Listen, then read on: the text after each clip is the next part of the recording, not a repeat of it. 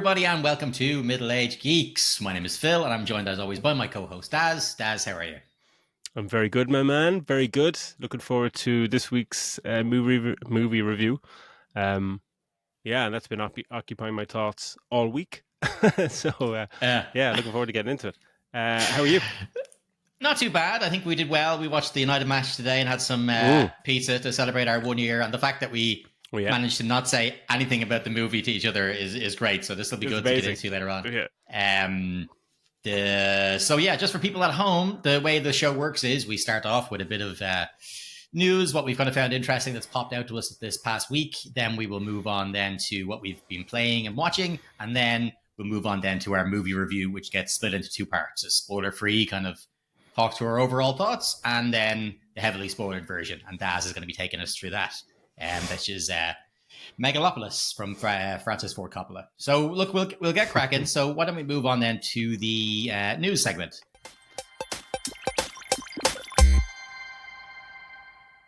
So Daz, anything jumped out at you this week? Mainly on the gaming side, it's just more fucking clusterfuck news with over 700 Ubisoft workers went on like a 3-day strike to protest the company's new return to office policy and all. It's just more bad news for Ubisoft after, like we've commented on this a few times, after gaming's had a pretty rough year in terms of it's still the most profitable media on the planet, but it seems to be losing developers and people out of jobs. It's up in like over 15,000 at the moment. But Ubisoft in particular, and you wouldn't think this would be one of those companies that would, they've had a bit of checkered history with some internal kind of politics and all that kind of shit in the past, but they've had a rough year with Prince of Persia and Star Wars Outlaws underperforming and Assassin's Creed being delayed and some negative media kind of news about that. But then with this happening, it just, shit just keeps fucking happening to them, and it's not great. And the pressure from insiders saying, like, when Assassin's Creed comes out now early next year, like, that has to be a hit. And already it's getting such backlash. Like, we've gone through all the fucking bad news about it and bad press. When you just kind of, you need a winner. Same with this, with the movie review later, when you need something to go smoothly, it just won't. And it's train wreck after train wreck for them. So, So do you feel like it seems like it's doesn't it seem like it's not just them? Like, I mean, like I spoke to you earlier on about the some of the smaller studios as well that seem to be laying people off, like the Starship Troopers that straight away is getting average reviews, that they apparently had laid off people before the game even came out. I saw, and it's like you say, it's games straight away not being well received. Like, there's one that came out, I think it was only today or yesterday, or something, Unknown or Unknown 9 or something it's called, like that. I think your one from The Witcher who played Jennifer. Jennifer, she's like the main actress in it, but like it peaked at like 243 players, which is just fucking appalling. Like, that's dead on arrival for games these days. It's executives chasing the cash cows, and by the time they put games in development, they're already even if it's a quick development process, 2 years or 18 months to 3 years, they're still 5 years behind the game. So they're just chasing. It's like we talked about Concord when they released, and it just released into a saturated market where people went, it's okay, but unless you're wowing us, that's dead in arrival, and that's a colossal fuck up. And that's so bland. Happening, it's happening all year long. Yet it's still a massive year for gaming in terms of revenue. And next year will be even more so with Grand Theft Auto 6. And, if it's like if something happened to that and that didn't launch well, Rockstar Games, they earned fucking 100 grand a second or something off GTA Online. It's just astonishing the amount of revenue that they've generated. But if GTA 6 next year, if it does come out next year, if that underperforms, and I say that inverted commas underperforms by whoever makes these numbers, like, that could bankrupt and destroy that company. Just one game, they would just be wiped out completely, which is fucking madness. But yeah, we shall see. Well, you think about people will just go back to GTA 5 because it still has huge player base. Exactly. I think honestly, like, okay, there's no way it's going to bomb, but I think even if it did bomb, they probably would still survive on their previous game. Yeah. That's how much money they've made. It's mad. But yeah, for like you said, for another studio, one game is make or break. If it doesn't do it, that's it. Just, you've put so much money invested in, you have to get X amount back. It's like a very small studio making a movie, getting loads of cash in and fronting up and going, right, we're banking on the sales coming in, or the tickets being bought. And if they don't, that's it. How are you supposed to pay back the people who've invested the whole lot of it? It's just... And it's the people at the ground level get the chop. It's the developers, the people put in the blood, sweat, and tears that did their 16-hour days to make the release date. They're the first to get the chop. It's not the executives and their fucking 200 grand salaries and $1 million bonuses. It's not them. It's the actual creatives that get shafted. But yeah, that was pretty much everything on my end in terms of news that just really kind of annoyed me when I read that. How about yourself? A couple of things. So this is one, actually, there's the one bit of news me and you had spoke about was the image of Superman. This next image we've got, which has Crypto, the super dog, in it. And I think, it's just a shot of them from behind, and you see Crypto there. If this wasn't James Gunn, I would be like, oh, for fuck's sake, why are you putting the flying dog in? Like, yeah, it works in the comics. We don't really need him. He's a cartoon thing. We don't need it. Keep it in the cartoon. We don't need it. But because we've seen what James Gunn has done with the likes of Rocket and Lila and the third one and stuff, like, he just seems to pull off weird shit so well that there's no way I'm saying, I'm going to write this off. It's probably, if anything, it's probably a good choice coming from him. What are your thoughts on it? Oh, it's brilliant. Like, and all I'm hoping that since he's releasing kind of imagery and starting to talk about it, that we're going to get a teaser in any way, shape or form, even just a 30 second. Give us something to show us the tone. Like, I remember when Man of Steel, when the first teaser came out, that minute long, and it's just a voiceover from one version, Russell Crowe, and the other, I think it was two different versions, but that alone, it just had just shots of a little kid running around, in back garden or something, but it gave you chills, and the music and the score, and it gave you enough to go, whoa. So I can't wait to see just what he's concocting here, because he's definitely gone like all out, gone totally sci-fi, and it's all these crazy other superhumans and people around the galaxy exist in this world, and then straight away you're just going, and we've Crypto, flying dog, and it's just like, yeah, I'm all fucking in, man. I don't know how fucking weird and wonderful this is, but you made a talking raccoon be fucking badass in Guardians, so 100%. Like, bring that's it for people. Like, a lot of people had never even heard of the comic of Guardians of the Galaxy, and I was one of them. I'd heard the name, didn't know anything really about. Didn't know anything. Yeah. It's not really something I'd explored that much, and so going to see that when I saw that trailer, my jaw hit the floor. Like, what the fuck is this? This looks amazing. This? I was like, this looks fucking amazing. Sign me up. So yeah, I'm happy enough to stick with it for now and not be turned off. The other stuff was did you see the Prophecy, Dune Prophecy trailer? Oh, that looks so good. That looks so good. Yeah, I can't get over the production value of this. Like you shouldn't be surprised from a TV show, but the budget involved and just the production value of that trailer, it's amazing. It's like if that was a trailer for a 3-part movie trilogy, you'd go, yeah, absolutely. But it looks fucking fantastic. I can't wait. Yeah, it looks great. Yeah, looking forward to that as well, man. And then just a bit of news with regards to casting and stuff. The Lee Pace and Josh Brolin have joined the Running Man cast. I know you mentioned Running Man last week, was it? Yeah. So Josh Brolin being signed on as one of the bad guys, if not the main bad guy, I'm not sure. And actually, speaking to him, he said he was talking about Wake Up Dead Man, the new Rian Johnson Knives Out movie. Oh yeah, and he was saying this feels way more like Knives Out than it does Glass Onion. He said something like, "God, it's so cool. Well written. We just don't read things like this anymore." So I'm fucking dying. I love Glass Onion, but I thought that. I love Knives Out, but I thought Glass Onion, I just preferred the performances more than the movie itself. Yeah, the movie wasn't as clever as I thought it was. No, it was kind of wank. Like, so I wasn't really massive. But yeah, no, that's kind of it. It wasn't really a huge news week this week, so nothing really more on my end.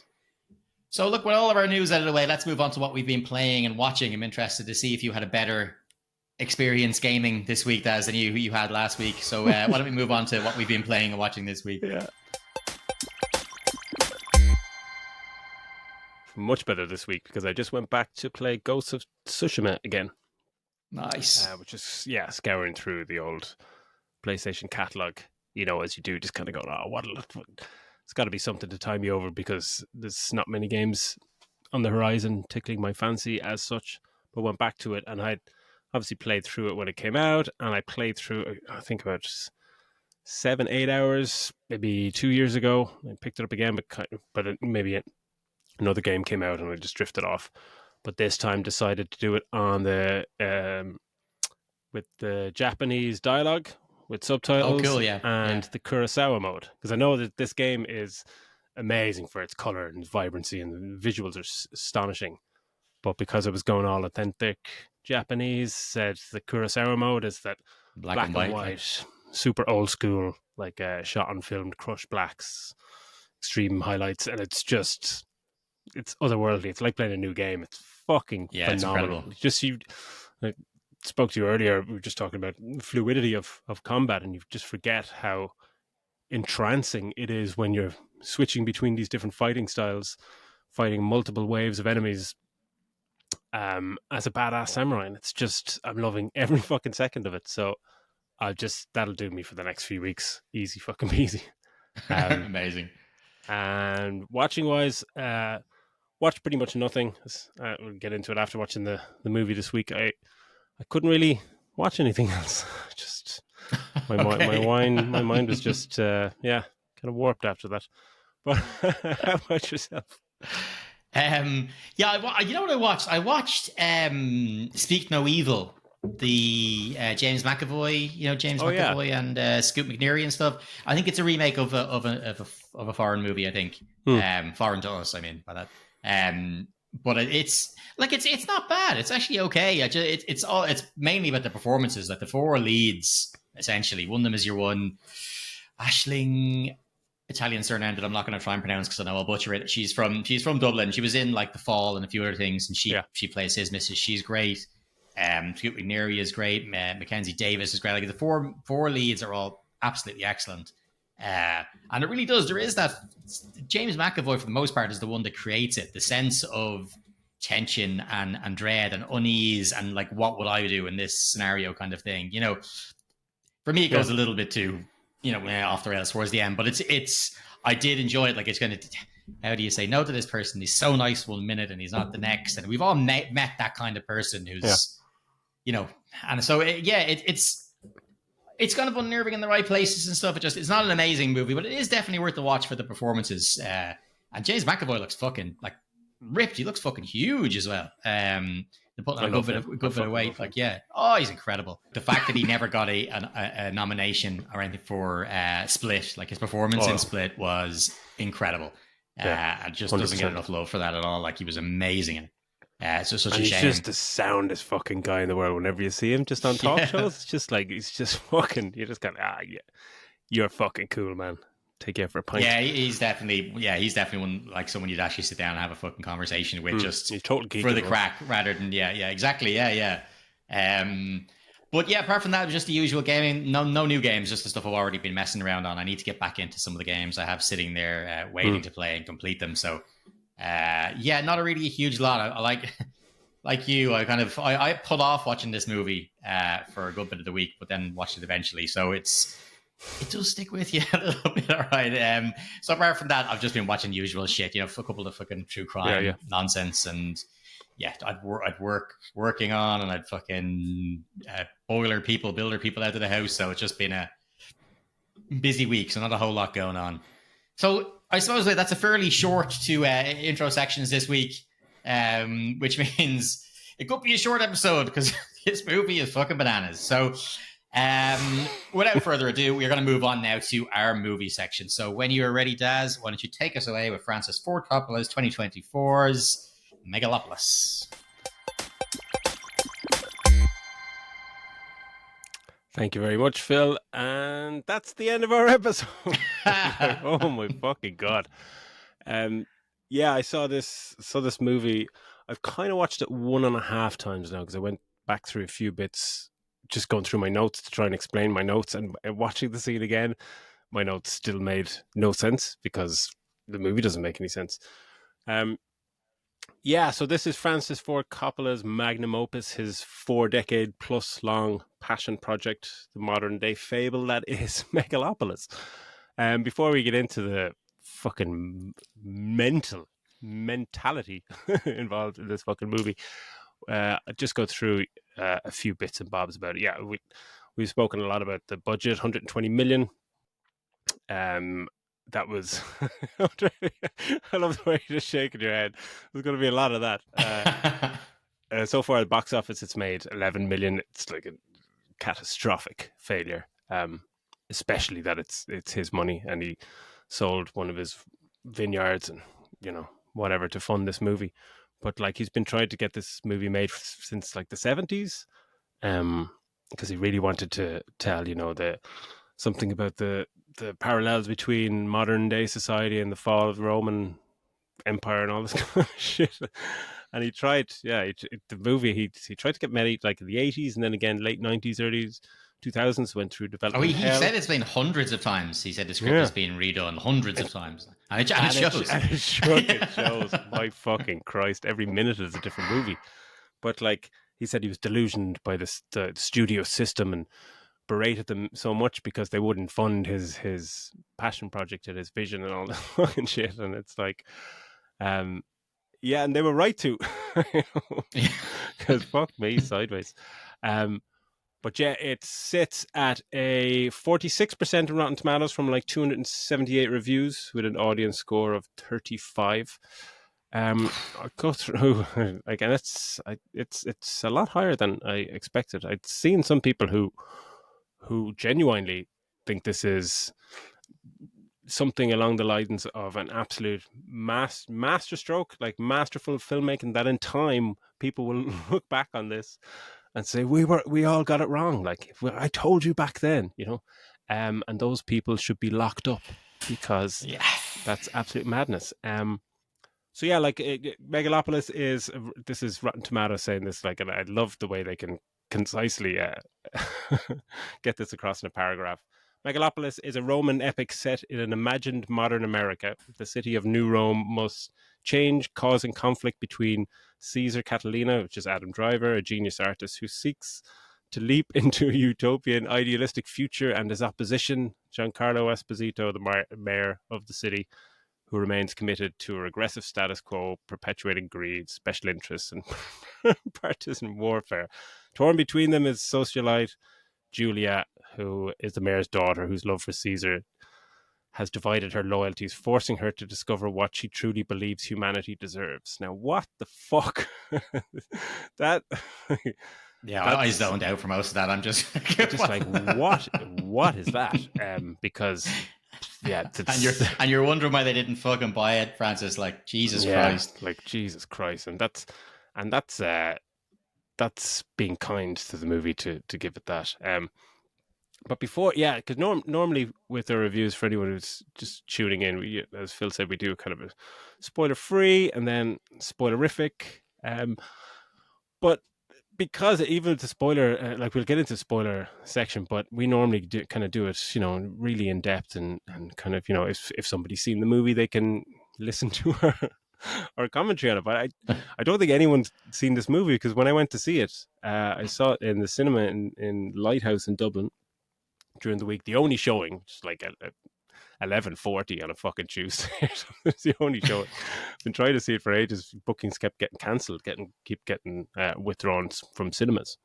But I sat alone in a tiny room that it was in the tiniest cinema that holds about fucking 16 people, just me in it, just kind of going. It's like turning up for a convention and no one arrives. It's like, this is very. I was embarrassed, even though I was on my own in there. It's kind of weird. And then I watched a little bit of it again on through nefarious means during the week, just to have a look. But basically my summation is we're just probably end up going to have a chat about it, because to try and explain even one scene of this film, if you haven't seen it, is beyond my realms of vocabulary or just it's you'd have to. You'd need to be in a different realm with me to try and understand that. So before we get into that, Phil, how amazing was this movie? This movie made me think that I wanted to end our friendship for you suggesting this. Like this was I sat through it kind of fuck this movie. Like, and at one point I was like, do you know what? I wonder if it's just the case that like you said, like I was like, maybe if I had more of an in-depth knowledge of the fall of the Roman Empire or what New York was like, whatever, 50 years ago, 100 years ago, what was like, maybe I would get it. But then I was thinking, like, I don't think so. And then, especially, I'd read a quote from Giancarlo, like, Esposito. So, like, for anybody who's on the same page as us, who has a friend that says, I've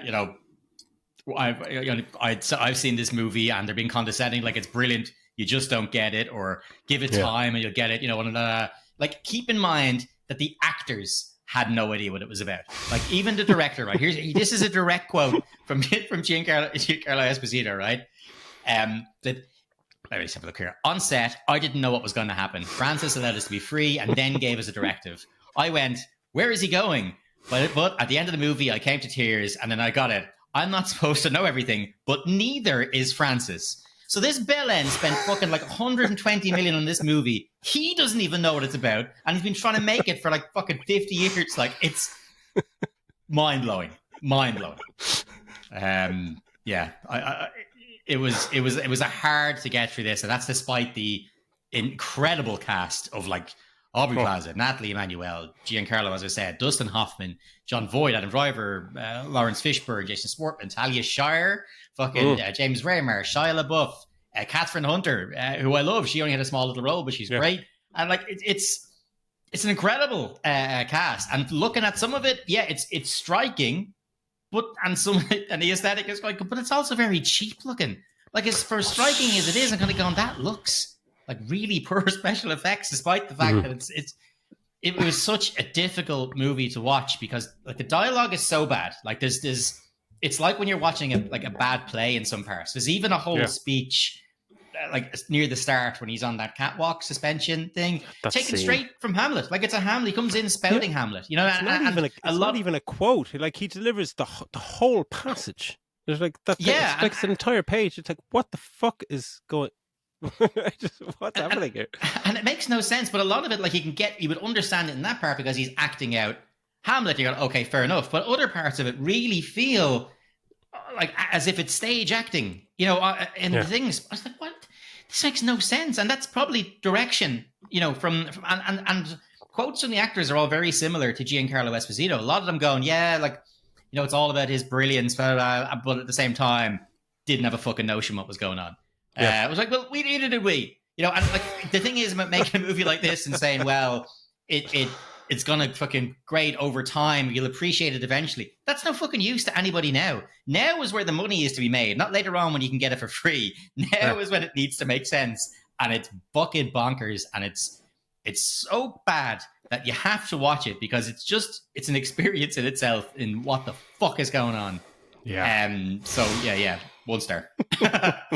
And that's being kind. Yeah, this movie it's an absolute, like, clusterfuck. It's for me, it's straight away. It's another example, or probably the worst example of somebody being surrounded by yes people, or people that just don't have the balls to say, I think maybe you should rethink that.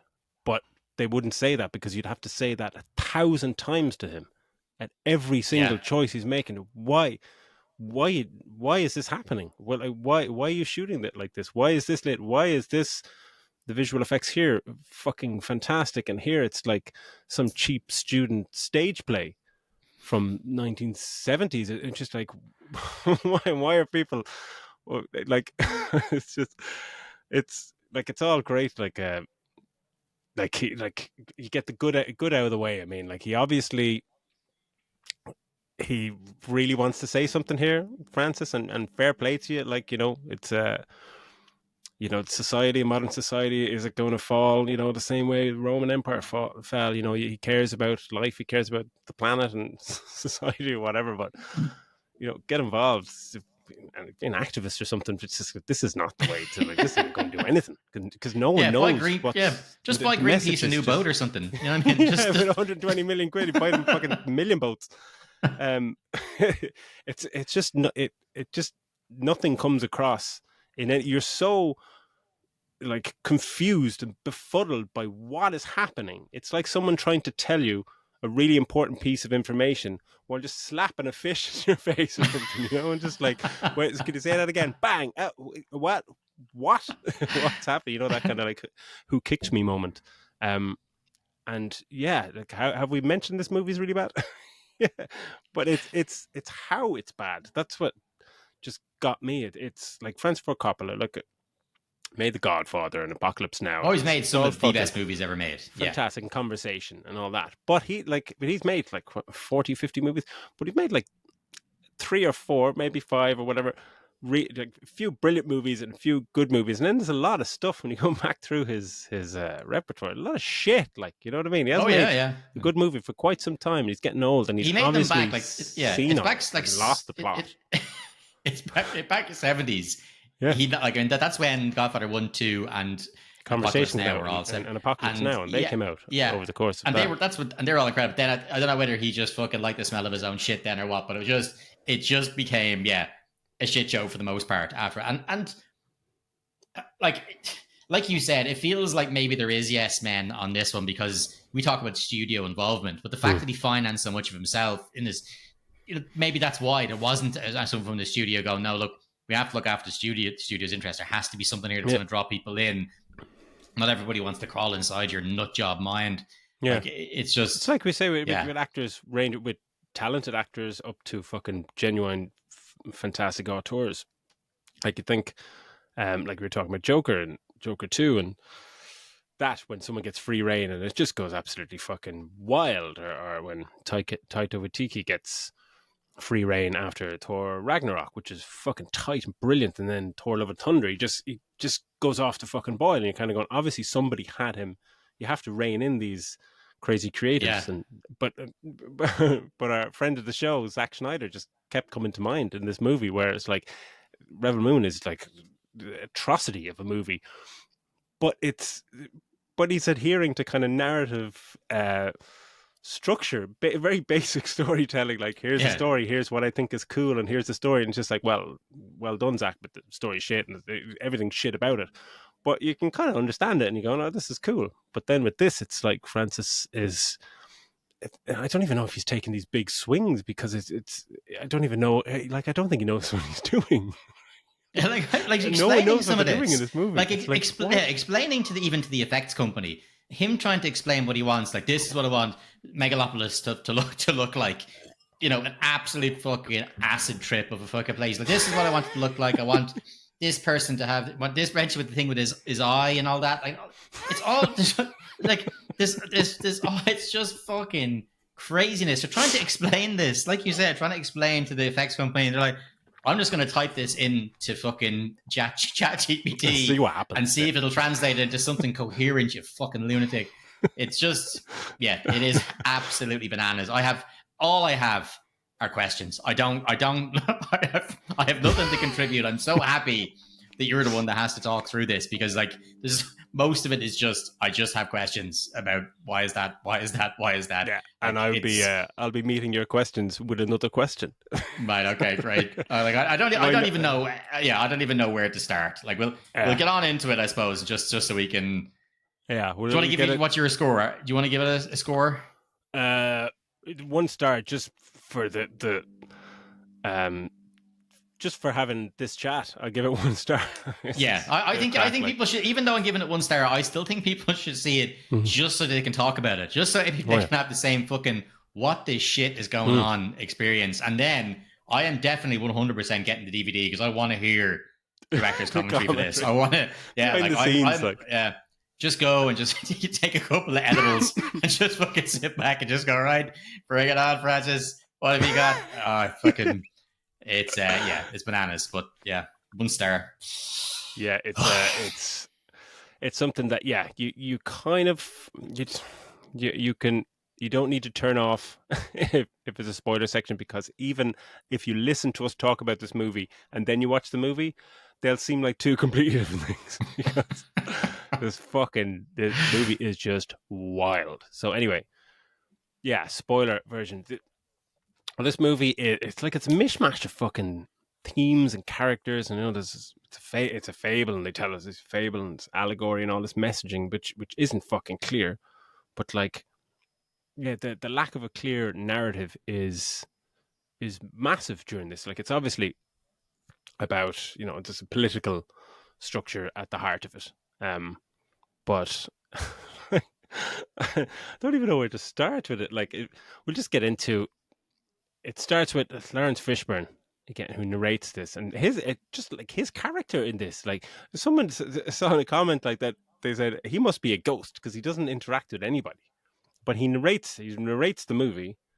And when you see different title sections come up, but then there's a point in the movie where he's just sitting in a car and you see him and he's narrating it to himself. They're just like, and then comes in to talk. Yeah, he says he's saying a line, and then and it's in his head, but then he says a line out loud. It's like, what the fuck? But I think I was wondering if he was going to interact with anybody else, but he does.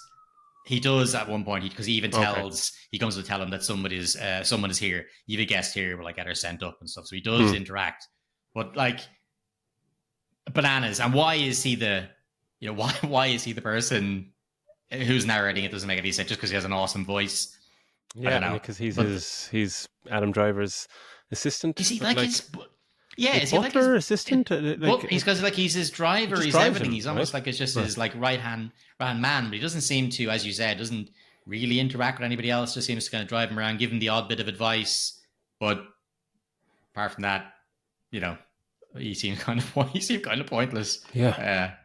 But anyway, yeah. So like, it starts off, and his speech is, he says like, "Our American Republic is not that different from old Rome. Can we preserve our past and its wonderful heritage, or will we too fall victim to the insatiable appetite for power of a few men?"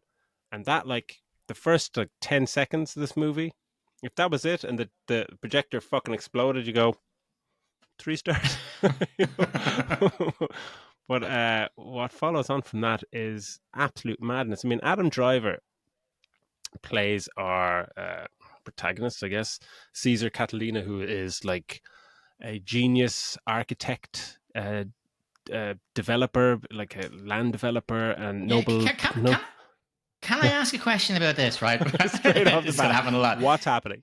Yeah, is it explained? And did I miss it? Is it explained why he can alter physics and stop time? Is that mentioned? Why he has that superpower? No, and that was the main thing where I was going. Like, because he is a Nobel Prize winner because he developed this new kind of material called Megalon, which like is shape-shifting stuff or whatever. He makes a dress out of it later on that is see-through. And he's going to make Megalopolis out of this new material that he has, figured out, whatever. But then it's like, and then the next part of his character summation is, and he can alter time. And that's its own thing. It's just, it doesn't seem to interact with the plot in any way. He doesn't use it like is it in his head? Is it like, what the fuck? But someone else. But no, because him. Yeah, because she saw it as well. Yeah, and she's like, his paws when they're blowing up that building. Yeah, but they're demolishing that building near the start, and he's in there, and he says something like "stop time" or whatever, and the building, as it's crashing, just stops, and she sees it, and so everybody's frozen. He's watching it, but then she's in the car nearby, and she looks at it, and she can see it. She's like, "Whoa, it's fucking mental!" Like, I'd have an absolute freak out if that happened to me. But anyway, like then it doesn't go into like, well, here's how he got his powers, his magic powers. No, forget that. Because it should be Adam Driver should be narrating the movie if they want to delve into all this fucking crazy, like, I can manipulate time. Do one of those like record scratch. I bet you're wondering how I got here. Well, I was bitten by a radioactive stopwatch, and now I can stop time. Exactly. It'd probably make more sense. That's why the DVD commentary would be so advantageous here, because like that first scene is from the first teaser where Adam Driver's on the top of a skyscraper and stands out and stands over the edge and is about kind of just goes perpendicular, is about to fall, and he goes, "Time, stop," and stops, and then he moves back. I remember that being the teaser and kind of going, okay, that's obvious. That's like some 17-year-old kind of going, a 17-year-old Zack Snyder going, I got a cool idea for a fucking teaser trailer. But it kind of made no sense, and it doesn't make any sense at all. But then we get that like Francis Ford Coppola's Megalopolis, and then A Fable, and straight away you're just going, the fucking pompous delusion on show already in 5 minutes is like, fuck me, or 1 minute at this point. But yeah, and it, like, how do we even introduce these characters? Like, we meet, let's get into like Julia and Shia LaBeouf. Are like Shia LaBeouf and the reporter we'll get into later on, Audrey Plaza, are probably the best things in the movie because that's because they're having a bit of crack because they don't know what's going on. And not just like, as you said at the start about reining people in, Shia LaBeouf is known for being a nut job. He fucking must have reveled in this. Like, yeah, people just tell, can I do whatever I want? Yeah, of course you can. Fucking nice. Give me a dress. Do some weird shit with my eyebrows that just send him on. You know, any interview I've seen with Aubrey Plaza, she's a weirdo. Like, she's just famous for being that person. She's just a weird chick, and you know that's great. And I'm sure they just had fucking fun, and they just played up to the fact that okay, like I don't know what the fuck I'm doing, but no, they're letting me do what I want, so I'm gonna have some fun with it. And they do seem like they're having the crack, whereas other people just seemed confused. John Voight just seemed drunk. Like he didn't know why he was there. Yeah, 100%. Thing. Yeah, someone mentioned someone said like when he'll be so surprised when he finds out that he was in this movie. He just looks locked the whole fucking thing. Like he's like, you know, at that age, we'll get onto some of his fucking scenes later, but Jesus Christ. But yeah, like, just like my notes make no fucking sense here. So we'll just get it. Like there's a demolition scene because obviously Adam Driver, he's trying to he needs to demolish some of the city to make Megalopolis. And that's the whole backlash between him and the mayor, because the mayor is just like, no, we need to deal with things right now. And he wants to make a casino for some reason. Then there's like we have these random shots outside a building, outside City Hall or something. That's Jason Schwartzman just conducting some music, and it's just before a press conference or something. And that's it. It cuts away, and you're like, what? Like this movie, the editing in this movie that I'll get into throughout the fucking thing is just like it's like somebody was just having a fit, just pressing the button, kind of going, oh, cut, move that. You know, how many lines does he actually have in the movie? Jason Schwartzman. Well, he mutters some stuff. Same with him and Dustin Hoffman. Dustin Hoffman's in this movie. I have no idea what's happening with him in this movie. Every time he talked, I just didn't know what he was talking about. I couldn't understand him. And that's on 2 viewings of those scenes. Just like, I don't know who he is. It's like he just popped in and went, oh yeah, let's go over here. It's like, what are you on about? Like, it's just. Plus, I could be wrong, but it looked like he had a prosthetic nose. Now, I'm not saying, because I know Justin has a bit of a shroud on him anyway. Yeah. But I think he might have had a prosthetic nose on. I'm not sure. I'll have to go back and check it out. But it kind of looked a little bit like he had an extended nose. I was just looking at it. I was like, I forgot to look it up. But at the start of this, like some of those scenes with him in the building, and the skyscraper and the kind of landscape and sky shots and stuff, you can see the budget. You're kind of going, okay, like, well, you don't see 120 fucking million, but you see like, okay, it's nicely, everything's a bit too golden, aren't like the color grade is just like, let's gold and black and white, gold, it's a bit too much, but there is you could see a bit of it. It looks nice, and you can see that from the trailer. There are some shots that look nice, but then very quickly there's a scene in the car with Caesar and Lars Fishburne's. I can't remember his. Like, we'll just say his butler or his driver, and like the CGI out, like the back of the car. You know, the just the city in the background. The green screen is appalling. Like, do you think it was on purpose straight away? Because it's that bad, I was like, is it on purpose? Yeah. Well, I looked into that, and apparently Francis Ford Coppola fired his entire visual effects team because he wanted, like, this was halfway through production, because he wanted to do something along the lines of Star Wars The Mandalorian, where they did that. Okay. They have proper screens like that wrap around the set, so that when you move the camera, the imagery on the screen it matches up perfectly. So it's not green screen. It's actually, everything is lit in camera on, and it's amazing technology, and they use it in commercials and stuff. But for this, the costs were going through the roof. So he just fired them and said, fuck this. So they went back to traditional green screen. And I think they ran out of fucking time because it's such a mishmash of different levels of visual effects, and not in the way that like I know you're saying like is it on purpose that it looks bad, but it just can't be, because sometimes it's not even tracked properly. It's just Right. Yeah. like, Yeah. and there's different levels. It's not like, oh, it's like that. Later on, it's slightly better and it's a bit more tracked and more in focus, but still, you're just drawn to it. You're drawn out of the movie straight away, because it feels like you're watching a stage play or something really bad movie from the 60s or something. It's just like, what are you doing? Like, Yeah. why is this happening? But yeah, we get onto that rooftop scene. This is the first proper kind of cohesive, I'd say cohesive scene, where it's supposed to be they're up on scaffolding and it's like a televised event, and Caesar and Mayor Cicero talking about their different visions for the fucking future, and Cicero wants to make a casino or whatever, and that's when Adam Driver just kind of arrives, and Adam Driver, Caesar, is dressed in all black and just wears a cape all the time. It's just like, why not? He must have been fucking exhausted after doing this. Like, Mm. he must be in a mental and physical heap after like just having nonsense spewed at him for God knows how long it took to make this movie, reading over and over multiple different scripts, all this.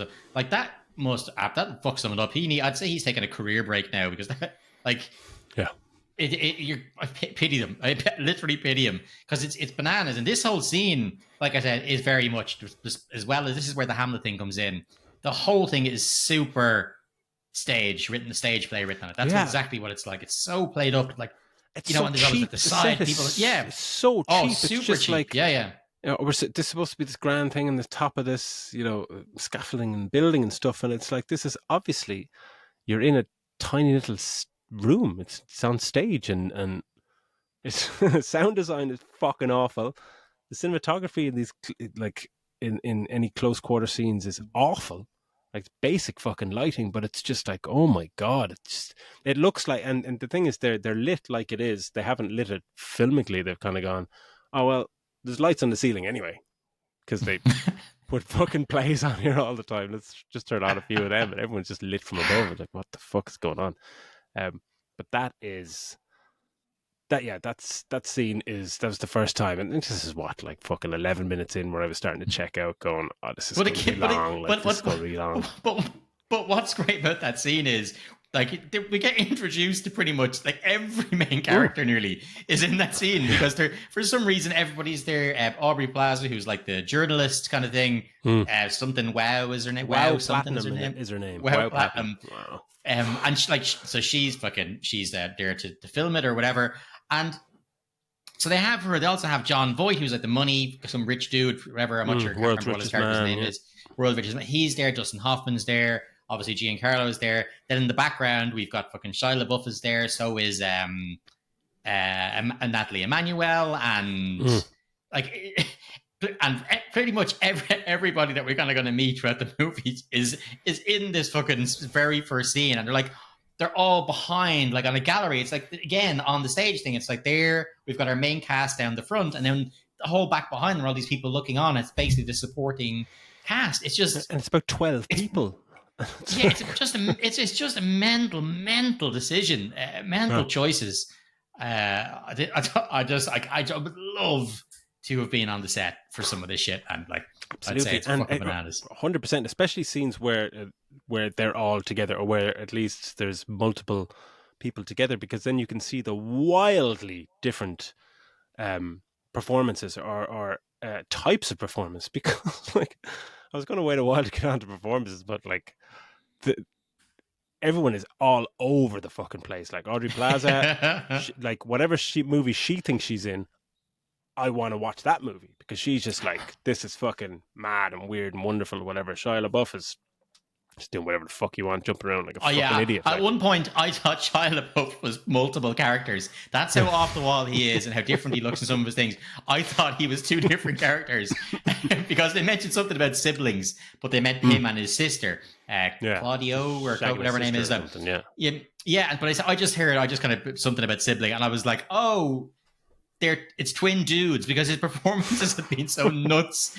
But it's the same dude throughout. Like, and it's just something, like, it's just mental. Like, with there's no reason, no mention for why he's wearing the dress. It's just he's just in the dress. It's Why like are his eyebrows like day. that then? Yeah, whatever day or whatever set. Every set change is like a different. It's like a different character completely. Like everyone seems to think they're in different movies. And I know, as you were saying, what Giancarlo said, that Francis Ford Coppola obviously didn't really know what was going on, and he apparently let people ad-libbed and just feel it and do what you want to do, and that's why there's the lack of direction here. Is just it's not even just noticeable. It's just like, what the fuck is going on? And every fucking moment, every 5 seconds, just going, what? Why are they doing that? Like Adam Driver thinks he's in a like he plays something. He plays it very, very serious, even though all this mental mad shit is going on around him. It's like, what movie do you think you were in? But but the thing about it is, like, we're getting these quotes now as the movie is out. Like, this is this is the actors. This is they're bitching but being nice about it. Like, we didn't really know, he didn't really know, but it's it's still genius. This is what they're saying now. But over time, that's when more of the shit comes out. Like, you look back and say things are great now, but when, like, a few years or a decade after Star Wars comes out, and we started hearing about shit on the set. Stuff about Jaws or any of these movies that we absolutely love.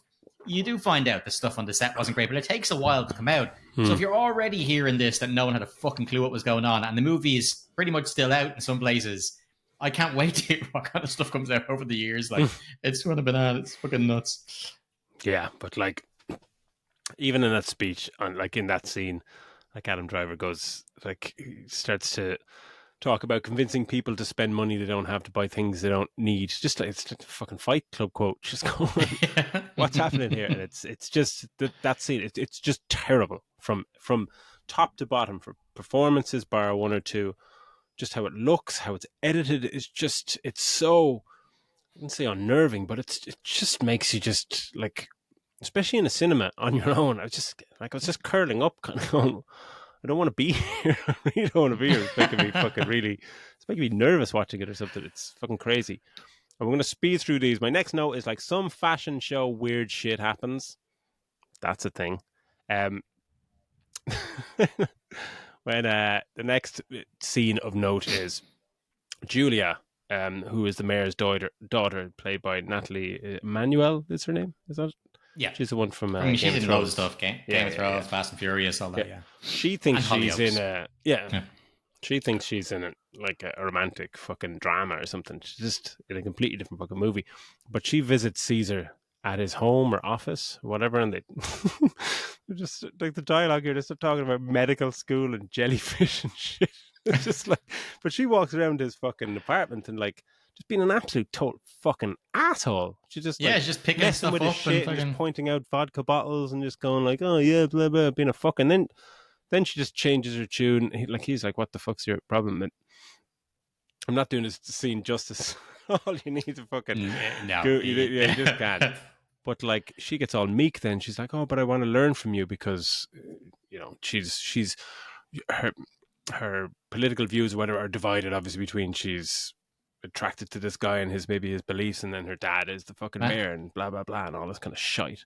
But and he's like Nobel, like, and that's what you said. Like, Adam Driver, his character Caesar, has won a Nobel Prize, as you said, as like, this is, and he's the famous, world's, right? Like, he's the world's, like, smartest, famous man. The world's smartest new man element, pretty much, like, new element, which is, like, fucking wild.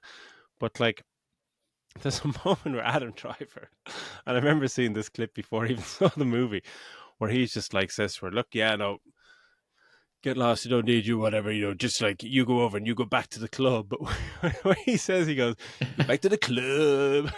So go back to the club, bear it all, and stalk the kind of people that you enjoy. It's like, that's an actor of such high caliber doing something without any direction whatsoever. It's just like, what? And he's kind of going, is that good? And Fran's probably going, yeah, you nailed it. One take wonder. Let's move on. Just like, it's just fucking weird. And then, but he gets her to stay by basically, she says, "Oh, you can stop time," or something like that. He's like, "Whoa, okay, now you can stay then." So he's going to kick her out, but now he finds her interesting because she can stop time. So she goes off and because she says that, oh, but you yeah, I didn't know you could change the laws of physics. And he goes, what did you say? But then she goes like, I was hoping you would tell me. And then he puts it in his jacket and goes, follow me. And you just go, what? What's happening? It's like, it's amazing. Then they go into a next room and there's a load of assorted kind of bits of rubbish and bins and chairs and stuff on the ground. And he just tells her to close her eyes and walk in. And what do you see? And then somehow she sees Megalopolis, Utopia, and she's like, oh, I see a neighborhood and people everywhere. And it looks like you said, an LSD acid fucking trip. Like Yeah, a dream. I'd love to live there. Like, because it keeps tripping. Because obviously he's made this when he first walks in. She walks into the room. This room is just the Megalopolis he's made is out of like fucking paint cans, empty fucking water bottles and stuff, bins. But you know, I think but then she walks through and she closes her eyes because she has some sort of magic going on. They don't really explain either. She's walking through it, and as you said, she starts to see Megalopolis. But he drifts in and out. Then, like Francis Ford Coppola has her there, but it keeps drifting into what we can see, which is actually in reality. And you see it, and it's just garbage and shit lying around that. And then it goes back into her, and she's twirling around in this fucking magical, trippy ass fucking city. Doesn't explain why he knew she was going to be able to do that, because she just closes her eyes, walks through, and she's able to know what Megalopolis is, what she sees, all the people through this garbage. How did he know she was able to do that? Why is she able to do that? Later on, I'm pretty sure she's using a ball to levitate. She's levitating this ball thing. She flings it at his head. Where did she get telekinesis from? Like, why wasn't she using that throughout the rest of the movie? I don't know. I forgot about that part. Oh, fucking hell. It would probably make more sense if we just jumped around like lunatics. But like, I think around this time we find out Adam Driver and Wow Platinum, the reporter, are together, and they've the relationship is not so good because she's power hungry reporter and just after kind of money and power and greed, and she ends up leaving.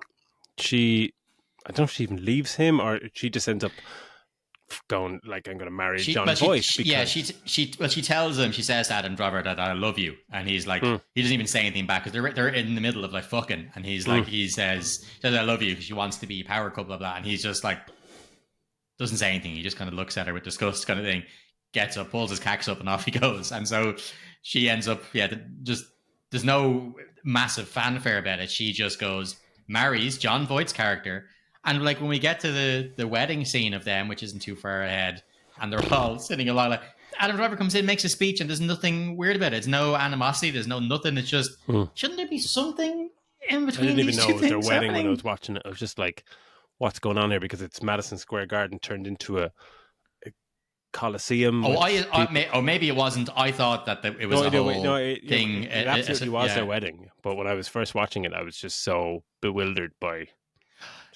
Is this where we meet the Virgin singer whose name I forget? Festa or something, yeah.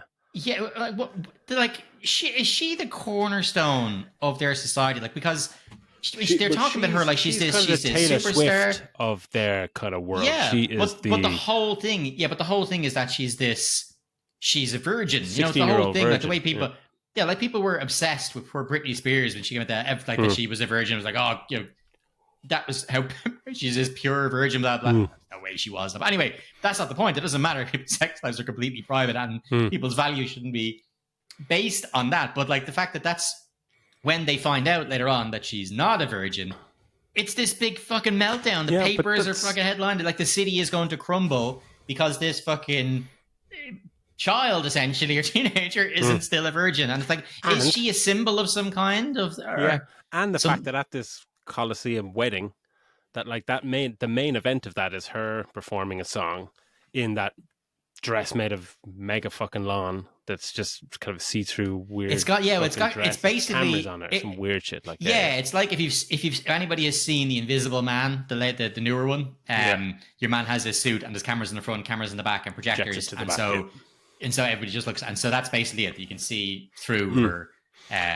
But like a see-through dress, literally see the whole way through the wall behind her. Yeah, but I think the most upsetting thing about that wedding scene, and like the wedding scene it's a massive event, and like, you know, Adam Driver trips balls and gets beaten to a pulp in it, and it's all this mishmash of fucking wild and weird fucking shit. But this this pop star, this virgin 16-year-old pop star, is performing at it. But part of it is that people are it's an auction for people to try and win a night with her or something, like, because people are like, we have 100 million, oh yeah, whatever. And it's just like, Francis Ford Coppola wrote this. It's just like, is this not the creepiest fucking cringy shit you've ever seen in your life from an 86-year-old man just going, but like this, why and there's are you even writing the flash, this? Like, what has that got to do with flash fucking... of her like the flash of her merch is hilarious. Like there's like a picture of underwear with like her face and like a lock or something on it. Like just like it's a chastity belt and all this kind of stuff. Yeah. Like fucking Christ Almighty! I like that whole scene as well. The Colosseum thing, like you've tried to spend money in it, but they've made it look not like an actual older style Colosseum because it's got LED boards around it, like it's just a football cheap, stadium, like. And oh, it looks shocking, and it's not even full. Like they've always some extras and some maybe it's some CG, but it looks like it's only fucking half full. It's so awkward looking, and like the interaction at this thing between why does Talia Shire hate Adam Driver so much? Like he's this massive success, and he's said his mother already makes the speech about to my uncle. I think it is. I think that John Voight's his uncle. He's like, to my uncle and to my now whatever, congratulations, blah blah blah blah. And then he's talking to his mother, and his mother's like, she was talking about an animal of some kind. She says they have it right. They eat their young. Yeah, like, what the fuck was that about? She's like, I'm the most successful, famous person in the world who's trying to make the world a better place. But why would you say something so fucking horrible to your own son? You didn't mention me in your acceptance speech for the no, and you're just kind of going, what's happening here? Yeah, there was that whole scene is fucking bananas, and like there's like this movie is obviously it's a politically fucking themed movie at the core of its story, but there's so many other kind of subplots going on. There's there's the kind of an almost a murder mystery about like Adam Driver's previous wife and just what happened to her and all this stuff, and they actually go down a route where Julia starts reading files about it and stuff, but she follows him at one point. Where is he going? And he goes into some fucking house, and she creeps in after him in this old house in the middle of New York, and we see Adam Driver sitting down on a bed, and he's like consoling his wife or whatever, and obviously she's not there. We see another shot and there's no one in the bed. And Julia's just like looking, and she goes, wow, he still loves her. Like, thanks for telling us that, Julia. We didn't know that one, just kind of playing up this murder mystery thing. Like, what why are you doing this? But when we get the scene of her, like there's a scene of where they show that she's obviously got over a bridge in a car or whatever, and she's drowned or something, and then they make it this fucking trippy ass, like they're looking down at her in the water, but it's made up of people who have moved into the shape of her, and then they're painted people, and you can say, oh, she's got twins in her stomach, but then she ends up disappearing. So the people turn around and fucking contort themselves, and now it just looks like there's just rocks there, and she's gone. It's like, what? Why was that done? Why did you paint people and get them to do it? Because somebody said that like he discovered this new element material from the death of her. Just like that. Yeah. The throwaway comment earlier on, and then you see her death and the twins in her stomach transforming into something. Just like I get you're trying to do something here. It's like having somebody off their tits on LSE trying to tell you a joke or something. It's just like you're like, oh, you've gone off topic a bit there. Come back to what are you on about now? It's just so much of that now where it's like it's so scattered. Like in our review would make more sense in this fucking movie. But like but even that one thing, like being the guy that's managed to find this other element or this other material and is going to make it, that's enough that's enough for him to be able to do. Why is he also able to control physics? Like if you just one of those things would have been fine. You know what I mean? You don't need both of them. It just because now now there's two things that you're not explaining properly rather than just one thing. Yeah. But we should probably get a move on. I think we're always speaking about this movie for 40 minutes and we've got nowhere really. Yeah. But like there's multiple shots actually just in terms of sound design, and like the fact that it's $120 million when like he brings her up And it's in a trailer as well, where it's on these beams above the fucking really yeah. precarious fucking. Like, why are you up there on these metal girders that are suspended by little wires walking around? And like, just my one note is just like the fucking wind sound effects. Like, there's no breeze or anything up there. Obviously it's like Fable mad, you know, alternate fucking universe and all this stuff. But like the wind sound effects, you'd find if you Googled wind sound effects on YouTube. Yeah, and you'd probably have some guy in his basement just going that, like, it's amazing how fucking cheap it is.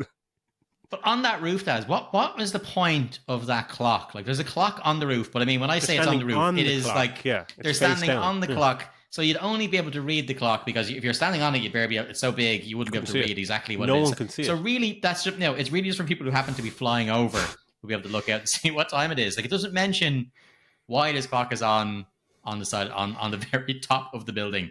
Yeah. Zero sense. Why is it on there facing up? Like even in that, when he's off his tits in that fucking wedding thing, there's a bit where they're trying to show him like manipulating time, and he's walking and he just lets go of a vodka bottle and just it's suspended behind him, and then we get another shot, and this is like you'd see this in a $50 student film where he's sitting down and he's obviously drops a bottle and the bottle reverses into his hand, but it's like upside down or something. But you can clearly see the way he's sitting that he's suspended upside down and he's very uncomfortable. Like it's just, and it's like, whoa, look at this! Like it's at times you wonder like moments during the edit where someone actually went, yeah, we nailed that scene, let's move on. You know, it's just like fucking hell, like. Did you run out of time? But there's no deadlines, and no one wanted to market your movie anyway. So honestly, that's why I kept thinking, because there's so much of that. There's so much of that about it that's bad. That's what had me thinking, oh, so much in this must be made to look that way, because there's so much of it. You know, like it's not just, it's just so much. They're like, oh god, that looks really bad. It must be on purpose. You know, another crazy choice that he's making because there's so much of it. But evidently not. Yeah, it's just. Yeah, it's fucking ridiculous. But like, yeah, and Shia LaBeouf and his mate, like, I don't really want to talk about Shia's character too much, but he becomes a political fucking lunatic or whatever. I have a question about the mate as well, right? So at one point when they're all marching down the street, right, and there's a marching band, one dude takes off his hat, spits in it, and then puts it back on. Don't know what that was for. No idea what that was for. Catches up with the band and they keep on going along, right? Then later on, they're standing against the wall, and there's this old guy who was the leader of the band, I assume, and his three like younger people who are beside him, and he's mouthing off about some sort of story.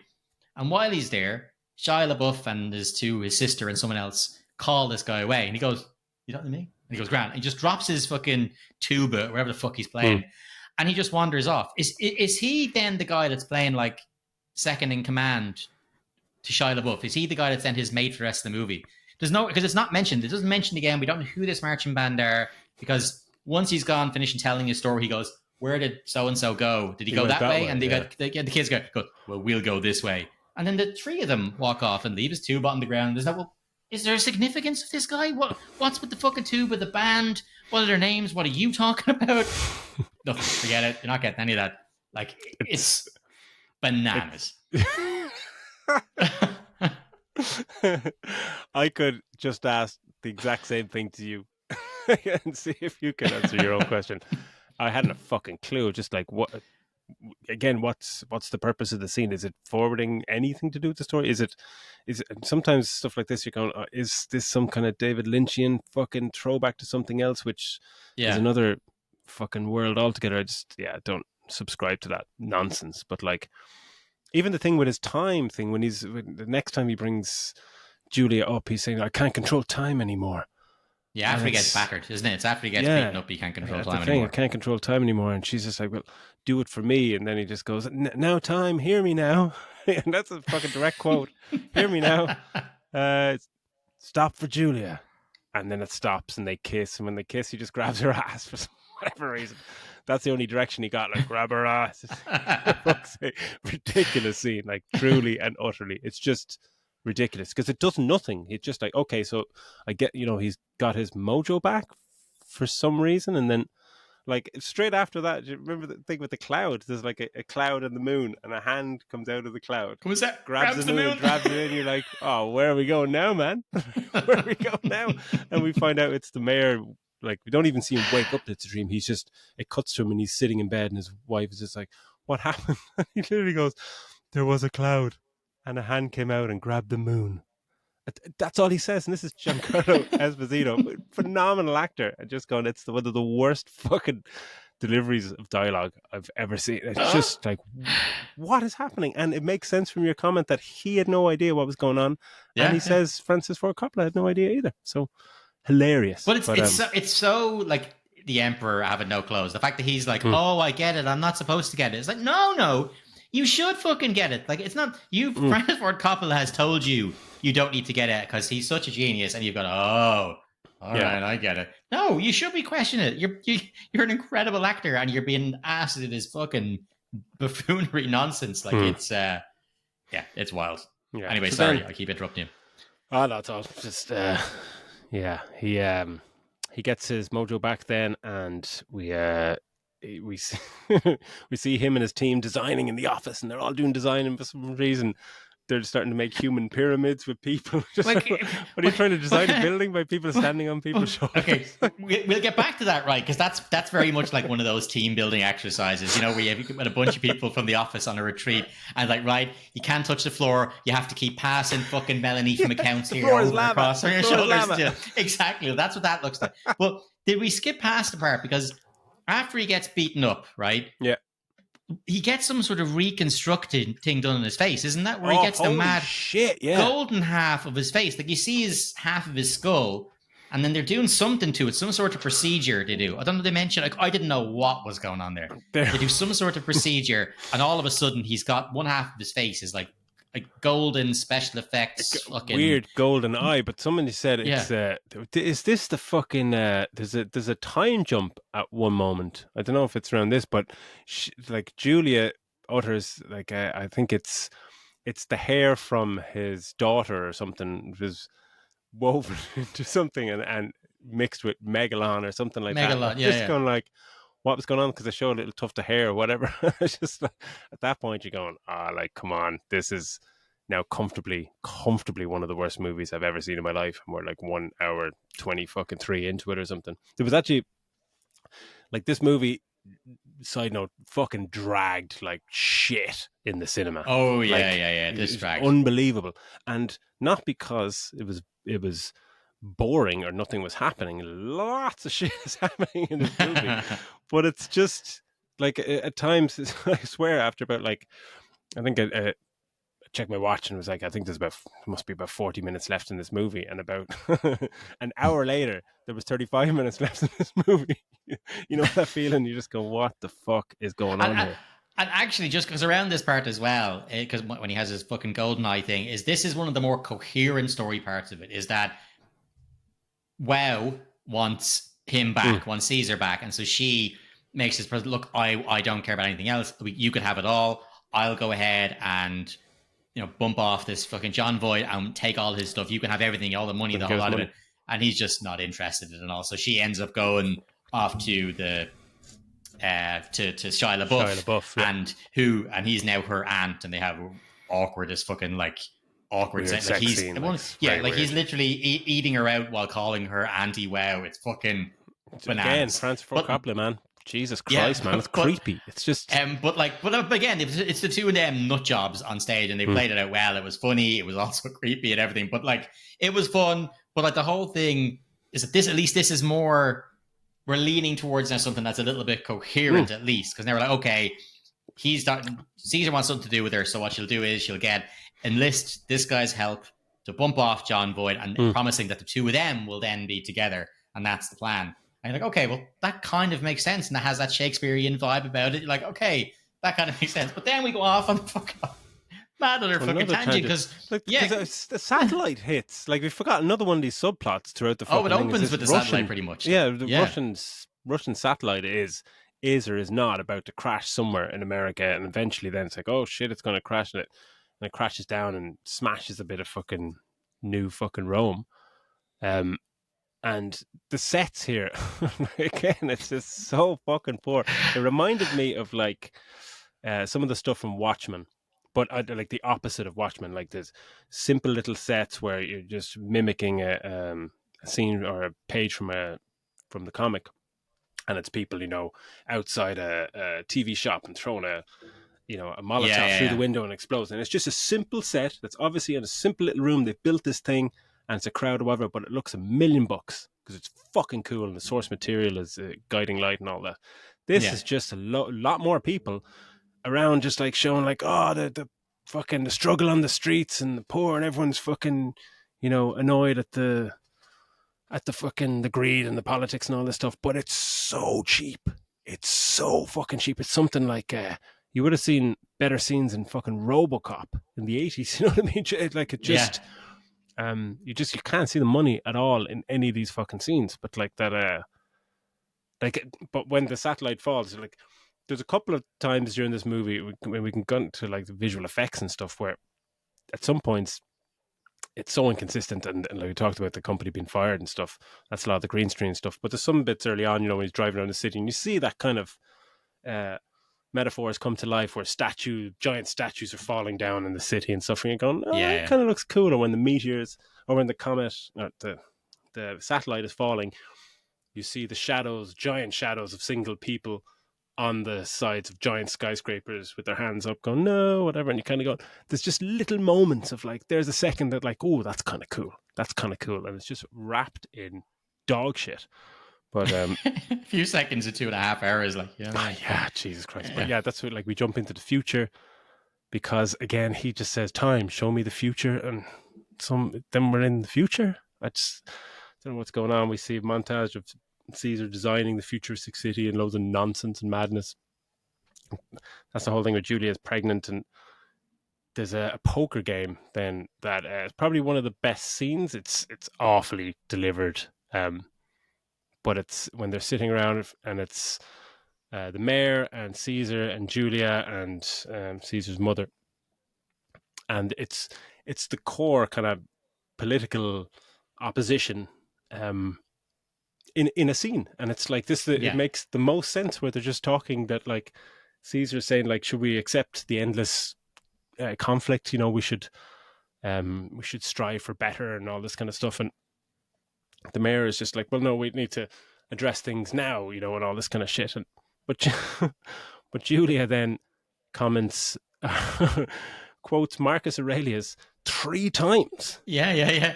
Just like, what? And they're great quotes, but she just like she's kind of like, the object of life is not to be on the side of majority, but to escape finding yourself in the ranks of the insane. Marcus Aurelius. And you're like, that's cool. But then she looks at someone else and she's like, the universe is change. Our life is what our thoughts make it. Marcus Aurelius. And she does it a third time. You're just going, like, this movie, like, if it was a play, I think it probably would work a little bit better because it's played like a play, because it's just, maybe it is a play.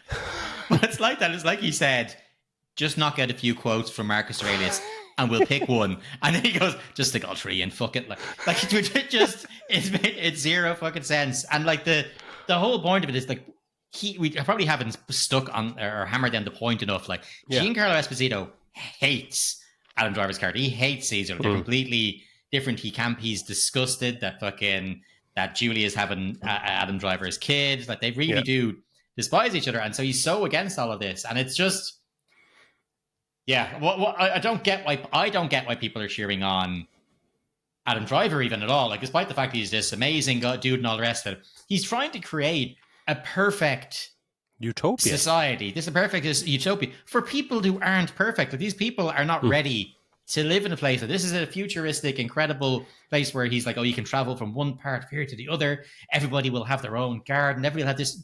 There's not enough space for everybody. You're making this city within a city. There's not enough space for everybody. These people are not ready to be these futuristic people that you've got in your brain.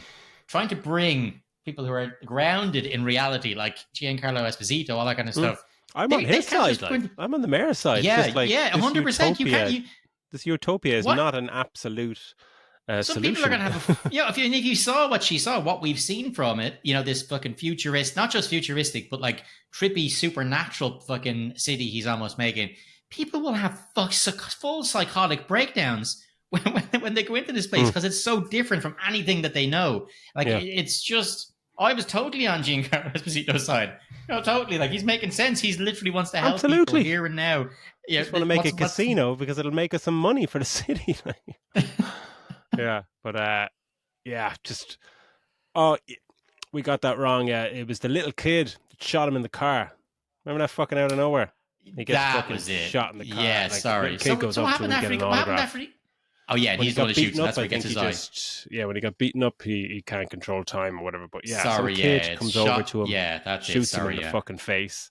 He did just asks him, "Hey, are you Caesar so-and-so?" He's like, "Yeah, I am, yeah." Oh, and they've a tiny little chat about, I used to be that age once, or something like that, and then bam, shoots him. Why is that kid got a gun? Yeah, it's just like what the fuck, and apparently Shia LaBeouf was behind it all, and then skip forward, like Shia LaBeouf is obviously he's a revolutionist on the streets now. Well, that's what I was going to ask. He seems to have a lot of like pokers in the fire. Like, is he? Because he's obviously wants to fucking do away with the uncle and hook up with his aunt, but at the same time, he's also talking about how he's trying to undermine Caesar, but also undermine Giancarlo as well. The mayor at the same time, and like he's trying to push his political agenda, but not really very hard because it seems to be just him and a couple of his mates. He's like, these people listen to me. I want to do this, that, the other. But you're not really like. And the streets are populated with just about 20 people, it seems, in this city. Yeah, and it's like you haven't built up enough with him, like to go. We're giving him a whole side plot. It's like, no, we've got our two conflicting people. We've got Giancarlo and his, I want to help the people in the here and now, and then you've got fucking super fucking special effects wizard fucking controlling mad bastard Adam Driver, and they're the two different fucking worlds we've got. It was just weird to have this fucking subplot with thing they didn't really need, and you wondered, did Shia LaBeouf ask for that? Yeah, and Francis Ford Coppola went, go on, fuck it. But because it's like at the crux of it, as you're saying, you've got these two people who are at fucking odds at each other, different political viewpoints and idealistic fucking tendencies or whatever, and that makes sense. And then you've got someone else that comes in and pits, they're fighting each other, so he's like, I'll rally the poor in the streets, and you're going, okay, that I get what you're saying, but it's how it's played and how it's told to us is just so scattered and just so like, it's not even that it's simplistic, it's just there's not enough in it to get any of the points across. It's only when you really think you can see, you really like painting in broad strokes when you're thinking about the themes of the movie, and it's, I think Francis Ford Coppola, like a DVD commentary, can't wait for it. What, like he's saying, this scene obviously tells you this. I just want to hear him say it so I can kind of go, wow, like it doesn't. It really doesn't like at all. Yeah. Like, and I'm going to get to John Voight and his boner scene. Luckily, we don't get to see it. We just hear about it. Yeah, it's fucking amazing. Like, he's pissed off at Shia LaBeouf for trying to have fucking his nephew killed, and that his wife is seemingly, fucking shagging him or whatever.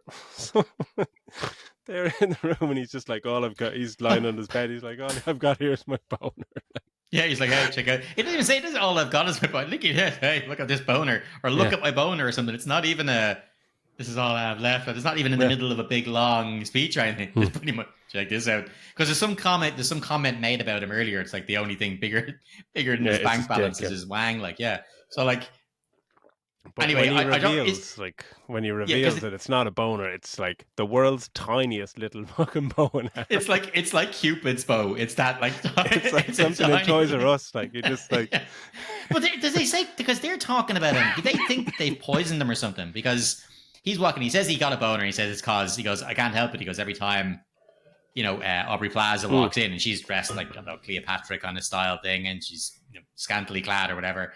And he says something like, it just happens when she walks in, But they're talking about him as if he's already dead. So have they tried to poison him and he's caught it? There's a scene in he says something in his house or something where he collapsed, and I thought he died then. I was just like, oh my God. Like, yeah, Audrey Plaza, he's getting how all she's worked. He's killed getting him to super get his worked money. up, and he Yeah. collapses. And you're thinking, oh, and then you think, but then he's doing like almost like a soliloquy while he's in bed, and he realizes what's happening and what's going on. So I think then is he then playing up as if he's now like completely disabled after this attempt, and now the two of them are talking around him as if he's on the way out and they're about to make bank, like but really little did he's they know playing he's got possum. he's got a toy, he's got a miniature toy bow and arrow that he shoots into his wife's comically chest. small. It's more like fucking 10 inches long, little bow and arrow. Boop. And he fires it into his wife's chest with enough force to instantly fucking kill her, and then fires one into up Shia LaBeouf's ass, and two actually. Hysterics watching this, just going like why is it so small? Why is this like somebody thinks this is masterful fucking filmmaking? And he gets his sister to pull them out as well, I think, doesn't he? The arrows. Yeah, well, that's all just fucking creepy. There's a lot of creepiness to this. Yeah, there is. Yeah, but then we get a flyby aerial of New Rome and witness this new weird megalon-made metropolis, and the visuals are here. It's kind of a mixed bag because it kind of looks good. On cinema screen, it looked good, but it's like oversaturated. It's just this over golden. Yeah, it's so golden and yellow. It starts to look cheap. Some parts are kind of yellow, and it's like that's not a good look for. That just looks like cheap gold. And I didn't really understand that, is because this is obviously, whether you're saying if the visual effects were intentionally poor at times, I don't think so. But especially with this, where this is Megalopolis, and it's like it kind of looks good, but then it's just like it'd be really annoying to live there. Because it just fucking your retinas would just be assaulted. It's just it's fucking it's mad. But like then we get like montages of like Hitler, 9/11 and all this fucking stuff, and Statue of Liberty, and it's just like, whoa, what's going on here? Like Francis is building to a fucking poignant end, and Caesar gives a speech about humans being fucking great, and we live in a grand future and blah blah blah. But then like people get around by standing on these little kind of moving gold travelator things that just move really slow, and it's just like, oh god. I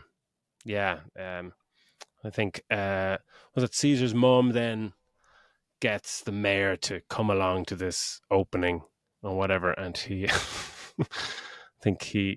I don't know how they right their wrongs, but I think Giancarlo eventually just kind of stands up and shakes his hand, and they're gonna do the best for the city. They're being cheered. They're being cheered on by the crowd because the city's being done or whatever else.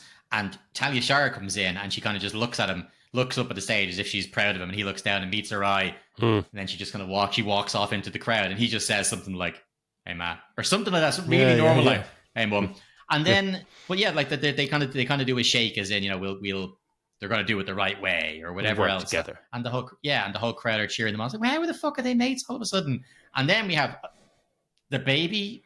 The baby gets past to Giancarlo, who he has to very awkwardly, because Adam Driver puts his hand out to shake it, but Giancarlo is holding a fucking baby like this, and he has to switch the baby over to one hand, other arm, really awkwardly, so he can get his hand out, and it's just so weird looking. And then he decides to put the baby on the ground, which we see from below, because it's a see-through ground, and the baby's on the ground, and then for some reason they put a little like a tiny little.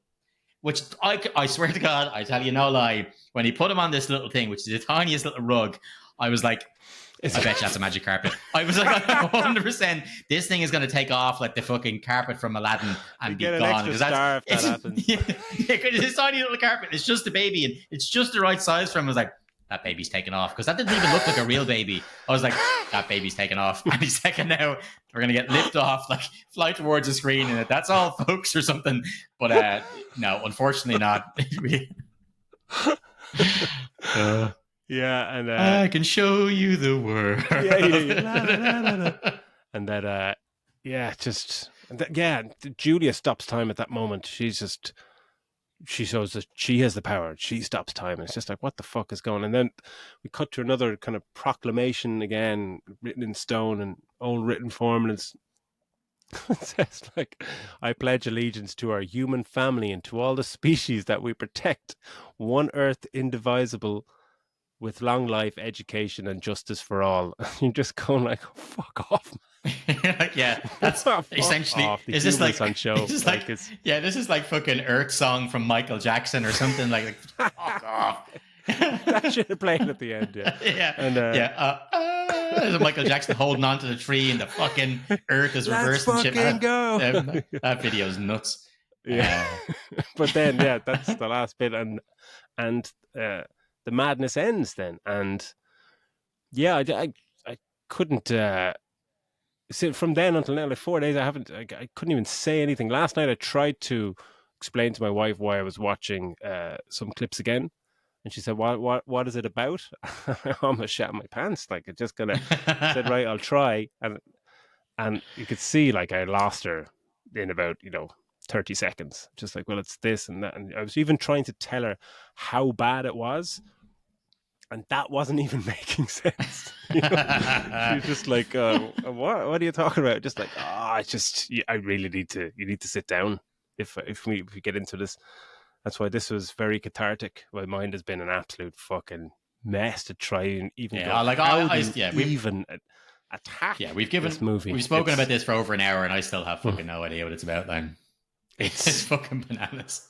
It's just an absolutely fucking crazy batshit film. Like, it's just a complete mess of a film. It's just confusing. Yeah. It's dizzying. It's bizarre. Like, how did somebody watch this in the editing room, finish it, and someone went, fucking, yeah, that's it. We nailed it. Like, it's astonishing. It's bereft of any clear narrative structure at all. There's something in there that, like, that you could write on a napkin and you go, oh, that's a cool thing, yeah.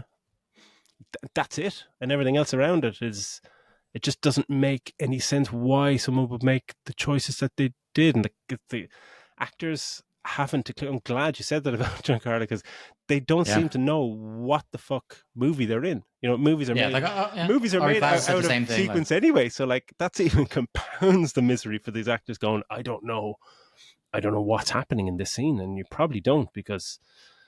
But she said something similar about that. She said, like what you're saying. She was like, I don't like. I kind of wasn't entirely sure basically what he wanted from me, and I know I just did what I thought would be right. She goes, I'm pretty sure it didn't work though. Like, she's just like, I don't have the fucking clue what I was supposed to do, so just went and just acted a lot of it out, and that's why some of it almost looks like they could be outtakes. You know what I mean? They've had a bit of fun where the people keep the fucking thing going after they should have cut just because they're having a bit of crack with it. And that's almost what some of their scenes felt like. It's a bizarre movie. And I get it that there's messages in there, and trying to do the comparison of, as you said, the Fable, doing it like the fall of Rome, but, making it New York. And you're like, okay, that's a pretty cool idea. Mix the two of them together, call it New Rome. There's some cool stuff you could do, but then you don't need all the supernatural fucking mental shit. This could be a cooler movie if it wasn't so heavily like fucking fantastical and fantasy realm stuff. If this was a little bit more grounded and doing that kind of comparison, that could be pretty cool. Absolutely, like a fucking Romeo and Juliet or something like that, where modern day just make it slightly bit kooky, twist it, make clever little plays on the old fables of of ancient times. I mean, it's just, it's just, the cinematography is all over the place. The visual effects are all over the place. The editing it's one of the worst edited movies I've seen in quite some time. It's just baffling how it wasn't even MTV style MTV style editing. It was something different. It didn't even, that kind of editing has a cadence to it. You don't like it and it's too much, but this just kind of was just all over it. It just felt like scenes were differently paced in the scene at different times. Just going, why are you doing this? Like, I don't know why. I think as well, choices. Well, there's definitely reshoots. It's definitely has a reshoot vibe to it. Like, because I'm pretty sure Shia LaBeouf's eyebrows change a couple of times in a scene. Like, he has these super, they've waxed them over or shaved them off completely and then drawn lines. But then in the next scene, he's got full eyebrows again. So there's 100% ADR. Yeah. There's a lot of off fucking camera talking and stuff, like whether it's radio announcers or it's something. There's a bunch of ADR in as well. So yeah, there was definitely a whole lot of shit that was done after this was finished as well, which is adds to that, like, what the fuck is going on here? Like, yeah, like I'd love to have read a first draft of this, because this is obviously like, he should have just stopped writing this or stopped trying to get it made after year 10. You know, it's just like 40 plus years later, draft 154. It's just like, you've lost your mind, Francis. You've absolutely lost your mind. If you read that, having the balls to fucking make it. That's like, the fact that there's hundreds. Like, I imagine this could be, and for all we know, this could be the toned down version. Like, if you read the very first version of when he wrote in the 70s when he's off his tits, I'd imagine it'd probably give you the same reaction that happens to people after they watch The Ring. You know, you just walk in and they're just fucking dead and their face is all contorted and shit. Like it's a mental movie that's worth watching, because it's just to find yourself asking the question, why over and over again. It'll be the most times you've ever asked the question why in a 2.5 hour space, because that's and to constantly remind yourself while watching it in that voiceover tone, you know. Yeah, that too, but in that voiceover person's voice from the director of The Godfather, and you know, just kind of go, oh, okay, like, wow, like, and this is kind of how you're almost signing off.